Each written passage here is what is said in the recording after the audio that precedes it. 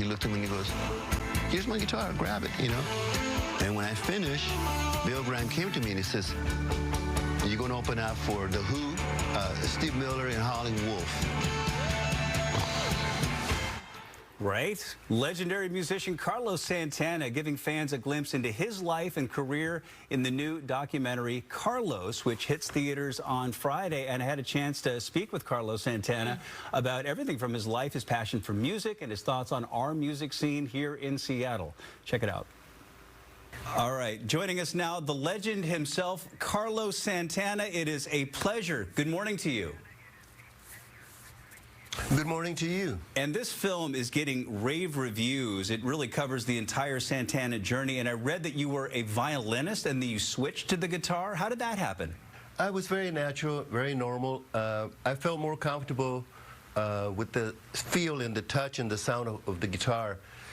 You have to be very, very devoted with discipline to play the violin to get a beautiful sound. My dad had a beautiful sound. I couldn't get a nice sound out of the violin. So I was just a realist, and I got a better sound on the guitar, so I play the guitar. Yeah, I would say you got a pretty good sound out of it. Now, your band started gaining prominence in San Francisco in the 60s. I love this quote from you. Magic is when you command the elements to capture people's hearts.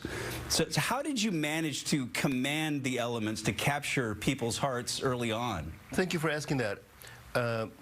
You know, it's such a gift, the alchemy gift, to be able to convert feelings, emotions, and passion into sound, you know? Like, for example, we know that Jesus converted water into wine, and a musician is supposed to create alchemy to convert fear into joy in people's hearts. So that's what, to me, music is about. I have never really thought of music like entertainment. I always thought of music as like a mystical medicine music to heal a twisted, crooked world infected with fear. That is beautiful, man. One of your most iconic performances was at Woodstock, and in the film, that's maybe the performance that stands out more than any other. You guys were just on another level, particularly during Soul Sacrifice, and your drummer back then, a guy named Michael Shreve, he's a Seattle guy. I actually performed in a band with him, and you, Michael, and the band were just on fire, like almost possessed. What was going on with you guys at Woodstock? Was there any performance enhancement involved? Not with special effects or cheap cinematographic tricks. No, it was just pure emotion, raw guts emotion. You know, I remember now that our queen, Maya Angelou, said, the only thing people are going to remember is how you make them feel.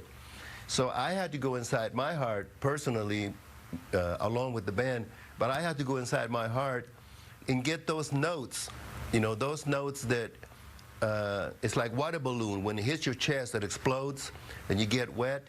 You know, those kind of notes that bring, and I can tell by the movie, it brings unity, harmony, and oneness to the listener. You know, so that's what the Santana has always been about, a profound purpose. Unity, harmony, oneness.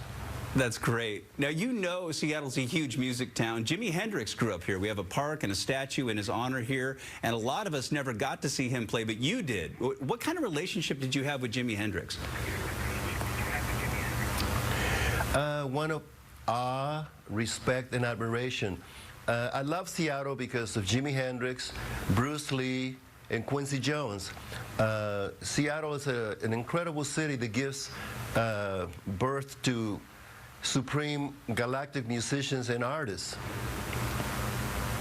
Carlos Santana, it is a pleasure to speak with you, man. Yeah, it was really super cool to chat with Carlos Santana. Cool the film Carlos hits theaters on Friday, and people are raving about this thing. What were your impressions talking to him? It was not. I was really excited to speak with Carlos Santana because, I mean, he's obviously a legend and has been relevant in music now for, what, 50-plus years? Yeah. Which is incredibly rare. But the way he put things, like the way he would talk about the alchemy and trying to translate, you know, anger into joy, and that was something I did not expect. But when you listen to him play, when you watch him perform, I mean, you can kind of see him turning water into wine, you know? It'll be really interesting to watch this new movie because I always love learning about the early parts of somebody's career and kind of how they made it and how they found their way. It's really interesting starting on the violin. Obviously, you have to have really good control on the violin to make it sound good, right? Even I'm sure he was a lot better at it than he says, right? You know, I mean, but at the same time, you know, like that probably translated to guitar really well. Yeah, and I mean, obviously he comes from a music background, but you talk about top 5 guitarists of all time.